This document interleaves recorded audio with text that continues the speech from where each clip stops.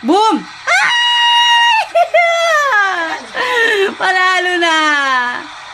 Champion! Champion!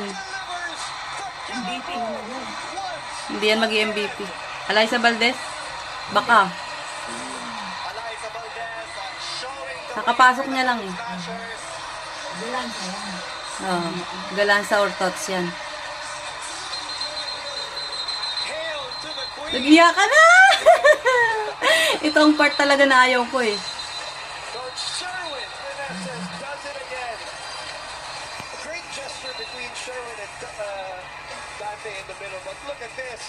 Si Alyssa tumapos eh.